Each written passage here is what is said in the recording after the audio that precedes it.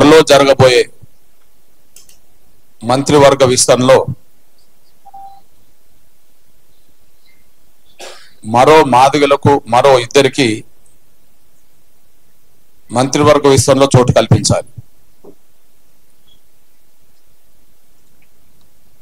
త్వరలో మంత్రివర్గ విస్తరణ జరగబోతున్న ప్రచారం జరుగుతున్న సమయంలో త్వరలో మంత్రివర్గ విస్తరణ జరగబోతున్నదని ప్రచారం జరగబోతున్న సమయంలో మేము ముందుగానే కాంగ్రెస్ అధిష్టానానికి సోదరులు తెలంగాణ రాష్ట్ర ముఖ్యమంత్రి రేవంత్ రెడ్డి గారికి ముందుగానే గుర్తు చేస్తున్నాం, విజ్ఞప్తి చేస్తున్నాం. తెలంగాణ రాష్ట్రంలో అన్ని సామాజిక వర్గాలతో పోల్చుకుంటే తెలంగాణ రాష్ట్రంలో ఉండబడే అన్ని సామాజిక వర్గాలతో పోల్చుకుంటే సింగిల్ క్యాస్ట్ గా తెలంగాణలో మాదిగల జనాభా ఎక్కువ. సింగిల్ క్యాస్ట్ గా తెలంగాణలో మాదిగల జనాభా ఎక్కువ. 10 నుంచి 12% జనాభా గల కులం. రేపు మంత్రివర్గ విస్తరణలో అందుకు అనుగుణంగా కనీసం మరో ఇద్దరికి చోటు కల్పించాలని నేను కాంగ్రెస్ అధిష్టాన వర్గానికి, కాంగ్రెస్ పార్టీ జాతీయ అధ్యక్షుడు దళితుడైన మల్లికార్జున్ ఖర్గే గారికి,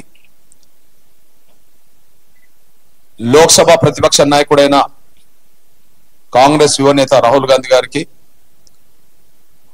తెలంగాణ ముఖ్యమంత్రి సోదరులు రేవంత్ రెడ్డి గారికి విజ్ఞప్తి చేస్తున్నాం.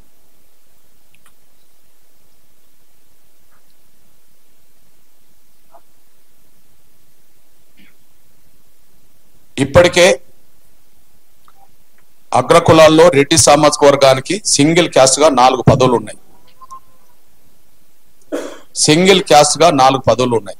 4 మంత్రివర్గాలు ఉన్నారు. ముఖ్యమంత్రి, అదే సమయంలో పొంగులేటి శ్రీనివాస్ రెడ్డి గారు, అదే సమయంలో ఉత్తమ్ కుమార్ రెడ్డి గారు, అదే సమయంలో కోమటిరెడ్డి వెంకటరెడ్డి గారు. తెలంగాణ రాష్ట్రంలో మొత్తం అగ్రకులాల జనాభే 7% అని చెప్పి గణాంకాలు చెప్తున్నాయి. ఆ 7% ఉండబడే అగ్రకులాల్లో బ్రాహ్మణులకు ఒక అవకాశం వచ్చింది,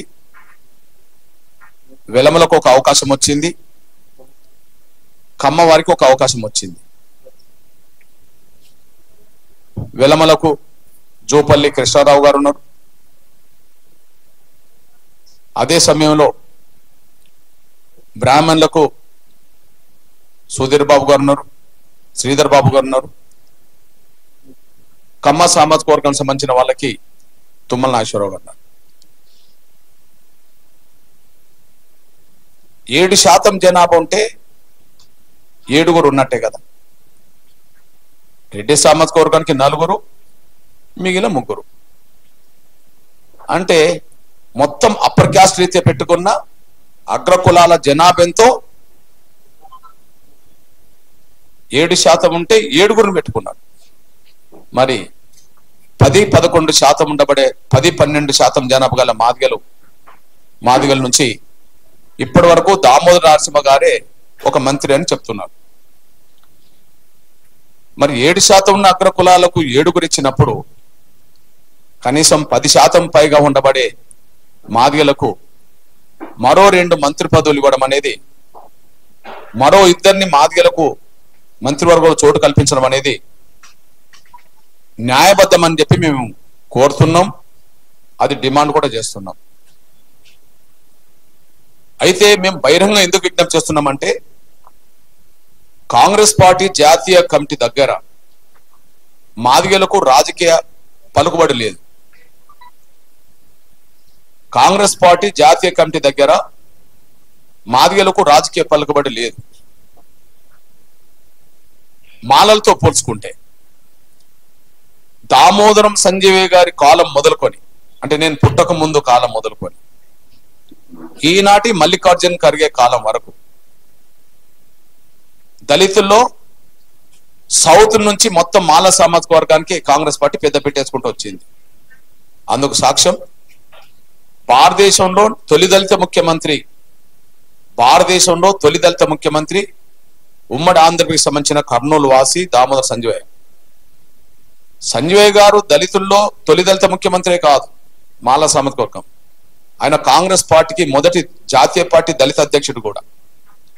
కాంగ్రెస్ పార్టీకి దళిత వర్గాల్లో మొదటి అధ్యక్షుడు ఎవరన్నా ఉంటే దామోదర్ సంజయ్. అందులో ఆ రోజు నుంచి ఈ రోజు వరకు పలుకుబడి వాళ్ళకు ఉన్నది. వాళ్ళకు పలుకుబడి ఉండడం వల్లనే ఈ రోజు ఏకకాలంలో సోనియా గాంధీ కుటుంబం ఎన్ని పదవులు పొందుతుందో ఏకకాలంలో అదే మాల సామాజిక వర్గం సంబంధించిన వాళ్ళు అదే పదవులు పొందగలరు. వాళ్ళకున్నంత పలుకుబడి సోనియా గాంధీ గారి కుటుంబంతో ఉన్నంత పలుకుబడి మాలలకు ఉంటుంది. ఎగ్జాంపుల్ ఇవాళ ఏకకాలంలో సోనియా గాంధీ గారి కుటుంబంలో 3 చట్టసభలు ఉన్నారు. ఏకకాలంలో సోనియా గాంధీ గారి కుటుంబంలో 3 చట్టసభలు ఉన్నారు. సోనియా గాంధీ గారు రాజ్యసభ సభ్యురాలు, రాహుల్ గాంధీ గారు లోక్సభ సభ్యుడు, ప్రియాంక గాంధీ లోక్సభ సభ్యురాలు. అంటే కాంగ్రెస్ పార్టీని శాసించే, కాంగ్రెస్ పార్టీని నడిపించే సోనియా గాంధీ గారి కుటుంబంలో 3 ఏకకాలంలో చట్టసభలు ఉండగలిగారు. బహుశా భారతదేశంలో ఏకకాలంలో ఒకే కుటుంబం నుంచి 3 ఉన్న కుటుంబం సోనియా గాంధీ గారి కుటుంబమే. వాళ్ళ పలుకుబడికి అది నిదర్శనం. ఆ తర్వాత కాంగ్రెస్ పార్టీలో మళ్ళీ ఏకకాలంలో చట్టసభలో 3 పంపే అవకాశం, 3 పోయే అవకాశం మన మాలలకే ఉంటుంది. భారతదేశం మొత్తమే చెప్తున్నాను. అందుకు సాక్ష్యంగా ఈ రోజు కాంగ్రెస్ పార్టీ జాతీయ అధ్యక్షుడు అనబడుతున్న మల్లికార్జున్ ఖర్గే గారు కాంగ్రెస్ పార్టీకి అధ్యక్షుడే కాదు, ఆయన రాజ్యసభ సభ్యుడు. ఆయన సొంత అల్లుడు, తన కూతురునిచ్చిన భర్త సొంత అల్లుడు గుల్బార్గా నుంచి ఎంపీ. మల్లికార్జున్ ఖర్గే గారి సొంత కొడుకు, కన్న కొడుకు, ఆయన కర్ణాటక సిద్ధరామయ్య ప్రభుత్వంలో ఒక మంత్రి. అంటే ఏకకాలంలో చట్టసభలో 3 ఉండే అవకాశం సోనియా గాంధీ గారి కుటుంబానికి ఉన్నది. ఆ తర్వాత మాల సామాజిక వర్గం కుటుంబానికి ఉన్నది కర్ణాటకలో. సేమ్ టైం తెలంగాణలో కూడా ఏకకాలంలో 3 చట్టసభలు ఉండే అవకాశం ఇక్కడ ఉండబడే వెంకటస్వామి కుటుంబానికే వచ్చింది. ఇక్కడ ఉండబడే వెంకటస్వామి గారి కుటుంబానికే వచ్చేసింది. అందుకు సాక్ష్యం వెంకటస్వామి గారి పెద్ద కొడుకు బెల్లంపల్లి ఎమ్మెల్యే, వర్గీకరణకు వ్యతిరేకంగా మొన్న సభ పెట్టిన వెంకటస్వామి గారి మరో కొడుకు చెన్నూరు ఎమ్మెల్యే కొడుకు పెద్దపల్లి ఎంపీ. కాంగ్రెస్ పార్టీ అంటే ఎవరిని చూస్తారు? సోనియా గాంధీ కుటుంబాన్ని, రాహుల్ గాంధీనే చూస్తుంటారు. అంటే కాంగ్రెస్ పార్టీలో అత్యంత ప్రాధాన్యత, కాంగ్రెస్ పార్టీని శాసించే అవకాశం సోనియా గాంధీ కుటుంబానికి ఉంటే, ఆ తర్వాత ఏకకాలంలో కాంగ్రెస్ పార్టీని శాసించే, కాంగ్రెస్ పార్టీలో ఒక కుటుంబం తరఫున 3 పదవులు పొందే అవకాశం అటు కర్ణాటక వెళ్ళినా దళితుల్లో మాలలకే ఉన్నది.